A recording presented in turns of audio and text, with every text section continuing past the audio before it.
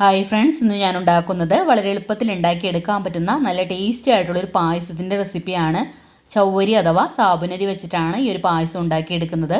അപ്പോൾ വീഡിയോയിലേക്ക് പോകുന്നതിന് മുമ്പായി എൻ്റെ ചാനൽ ആദ്യമായാണ് കാണുന്നതെങ്കിൽ പ്ലീസ് ഒന്ന് സബ്സ്ക്രൈബ് ചെയ്യണേ. സബ്സ്ക്രൈബ് ചെയ്യുന്നതിനോടൊപ്പം തന്നെ തൊട്ടടുത്തുള്ള ബെല്ലൈക്കൺ കൂടി ഒന്ന് പ്രസ് ചെയ്ത് കഴിഞ്ഞാൽ ഞാനിടുന്ന വീഡിയോസിൻ്റെയൊക്കെ നോട്ടിഫിക്കേഷൻ നിങ്ങൾക്ക് ലഭിക്കുന്നതായിരിക്കും. അപ്പോൾ നമുക്കിതെങ്ങനെയാണ് ഉണ്ടാക്കണേ നോക്കിയാലോ. അപ്പോൾ അതിനായിട്ട് ഒരു ബൗളിലേക്ക് 250 ml കപ്പിൽ 1 കപ്പ് ചവ്വരി ചേർത്ത് കൊടുക്കാം. ഇനി ഈ ചവ്വരി ഒരു 2-3 തവണ നന്നായിട്ടൊന്ന് കഴുകിയെടുക്കാം. ഇപ്പോൾ ഇത് കഴുകിയെടുത്തിട്ടുണ്ട്. ഇനി ഇതിലേക്ക് ഒരു 2 കപ്പ് വെള്ളം ഒഴിച്ചു കൊടുത്തിട്ട് 1 മണിക്കൂർ നേരം ഒന്ന് കുതിരാനായിട്ട് വെക്കണം. ഇനി ഒരു പാൻ അടുപ്പിലേക്ക് വെച്ചിട്ട് അതിലേക്ക് ഒരു 4 കപ്പ് വെള്ളം ഒഴിച്ചു കൊടുക്കാം. 1 കപ്പ് ചവ്വരി വേവിക്കാനായിട്ട് 4 കപ്പ് വെള്ളമാണ് ഒഴിച്ചു കൊടുക്കേണ്ടത്. എന്നിട്ട് ഈ വെള്ളം തിളച്ചു തുടങ്ങുമ്പോഴേക്കും നമ്മൾ കുതിർത്തെടുത്ത ചവ്വരി ഉണ്ടല്ലോ, അത് ഇതിലേക്ക് ഇട്ട് കൊടുക്കണം. ഇനി ഇത് നല്ലപോലെ ഒന്ന് ഇളക്കി കൊടുക്കാം. അങ്ങനെ ഇടക്കിടക്ക് ഇളക്കി കൊടുത്ത് ചവ്വരി നല്ലപോലെ ഒന്ന് വേവിച്ചെടുക്കാം. നമ്മൾ ചവ്വരി കുതിർത്തെടുത്തുകൊണ്ട് തന്നെ പെട്ടെന്ന് വെന്ത് കിട്ടും. അപ്പോൾ മീഡിയം ഫ്ലെയിമിൽ വെച്ചിട്ട് വേണം കേട്ടോ ചവ്വരി വേവിച്ചെടുക്കാനായിട്ട്. ഒരുപാട് തീ കൂട്ടി വെച്ച് കഴിഞ്ഞാൽ ഇത് പെട്ടെന്ന് അടിക്ക് പിടിക്കും.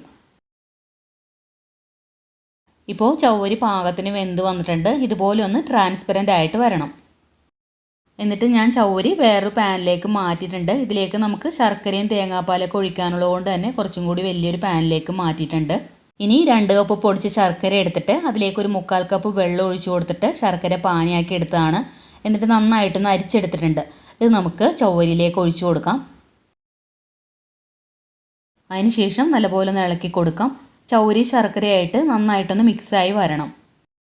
ഇനി ഇത് നല്ലപോലെ ഒന്ന് തിളച്ച് കുറുകി വരുന്ന വരെ വേവിച്ചെടുക്കാം. അപ്പോൾ ഇതുപോലെ കൈവിടാതെ ഇളക്കി കൊടുത്ത് തന്നെ കുറുക്കിയെടുക്കണം. 2 കപ്പ് ശർക്കര പൊടിച്ചതെടുത്ത് കഴിഞ്ഞാൽ അത്യാവശ്യം നല്ല മധുരം ഉണ്ടാവും. അപ്പോൾ നമുക്ക് അത്രത്തോളം മധുരം വേണ്ടാന്നുണ്ടെങ്കിൽ 1.5 കപ്പൊക്കെ എടുത്താൽ മതി കേട്ടോ. ഇപ്പോൾ ഇത് നന്നായിട്ട് കുറുകി വന്നിട്ടുണ്ട്. ഇനി ഇതിലേക്ക് തേങ്ങാപ്പാൽ ഒഴിച്ചു കൊടുക്കാം. അപ്പോൾ 2 കപ്പ് 2-ാം പാലാണ് ഒഴിച്ചു കൊടുക്കുന്നത്. ഒരു തേങ്ങ എടുത്തിട്ട് അതിൻ്റെ 2 കപ്പ് 2-ാം പാലും 3/4 കപ്പ് 1-ാം പാലാണ് ഞാൻ എടുത്ത് വെച്ചിരിക്കുന്നത്. അപ്പോൾ 2-ാം പാൽ ഒഴിച്ചു കൊടുത്തിട്ട് നന്നായിട്ടൊന്ന് ഇളക്കി കൊടുക്കാം.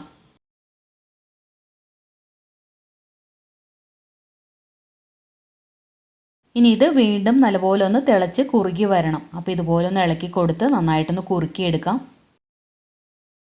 അങ്ങനെ കുറച്ച് നേരം ഇളക്കി കൊടുത്ത് ഇതിപ്പോൾ പാകത്തിന് കുറുകി വന്നിട്ടുണ്ട്. ഇനി ഇതിലേക്ക് 1 ടീസ്പൂൺ ഏലക്കാപ്പൊടി ചേർത്ത് കൊടുക്കാം.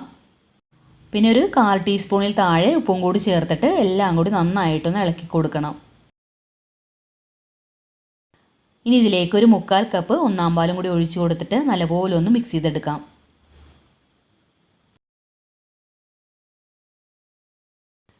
ഒന്നാം പാൽ ഒഴിച്ചു കഴിഞ്ഞാൽ പിന്നെ തിളക്കാൻ നിൽക്കരുത്. നല്ലപോലെ ഒന്ന് ചൂടായി വരുമ്പോൾ തന്നെ ഫ്ലെയിം ഓഫ് ചെയ്ത് കൊടുക്കണം.